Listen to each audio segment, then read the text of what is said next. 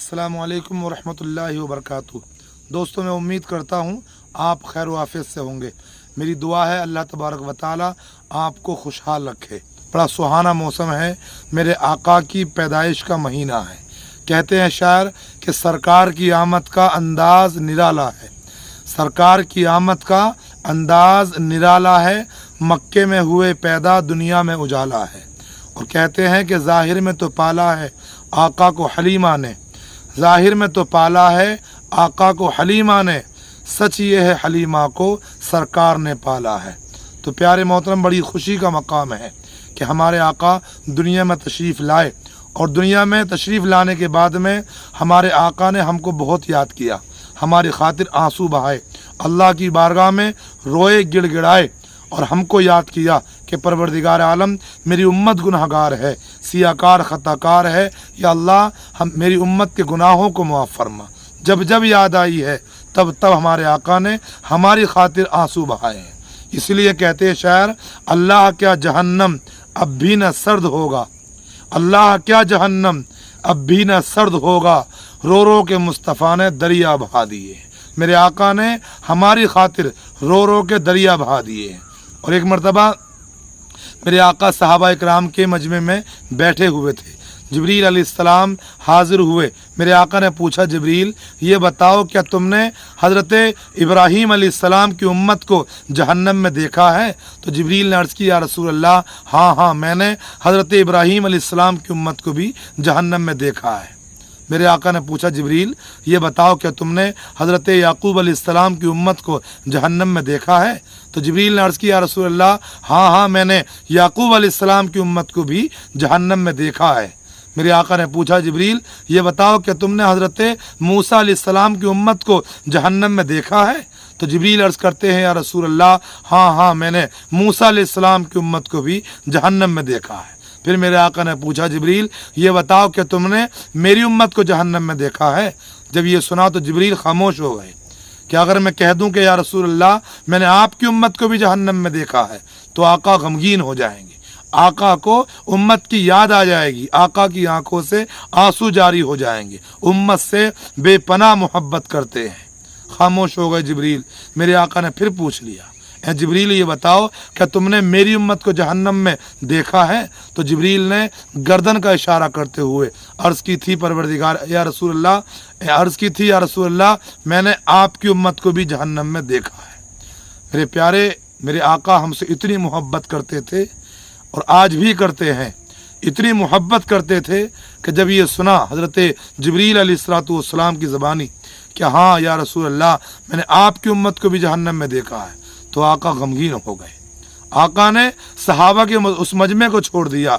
हज़रत सिद्दीक़ अकबर भी उस मजमे में मौजूद थे, उमर फ़ारूक आज़म भी थे, उस्मान गनी भी थे, हज़रत मौला अली भी थे। उस मजमे को छोड़कर आप बयाबान में जाते हैं और बयाबान जंगल में जाकर अपनी पेशानी को, अपने माथे को रखा सजदे में और दुआ की, परवरदिगार आलम मेरी उम्मत गुनहगार है, सियाकार ख़ताकार है, बदकार मक्कार है, या अल्लाह मेरी गुनहगार उम्मत के गुनाहों को माफ़ फरमा। तो मेरे प्यारे, इस बात से पता चलता है हमारे आका ने हमको हर जगह याद किया है। मेराज की रात में जब मेरे आका को अल्लाह ने अपने पास बुलाया और मेराज अता की, मेरे आका ने जन्नत को देखा, दोज़ख को देखा, अर्श व कुर्सी को देखा, रफ़रफ़ को देखा, बुराक को देखा, समझे, सिदरतुल मुंतहा को देखा, अल्लाह की बारगाह में पहुँचे, अल्लाह से मुलाकात हुई।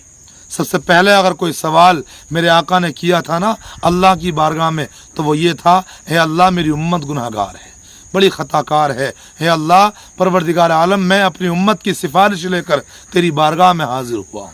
तो रब ने वहाँ पर ये फरमाया था, जब मेरे आका ने सजदा किया था मेराज की रात में और अपनी उम्मत के लिए बख्शिश की दुआ मांगी थी, तो मेरे रब ने फरमाया था, महबूब बख्शा तेरी उम्मत को कहीं ज़िक्र ना करना, बख्शा तेरी उम्मत को कहीं ज़िक्र ना करना, कुछ फ़िक्र ना करना, ये मेरी खुदाई है ले तेरे हवाले। तो मेरे प्यारे मोहतरम, ये अल्लाह के रसूल की मोहब्बत की बात है।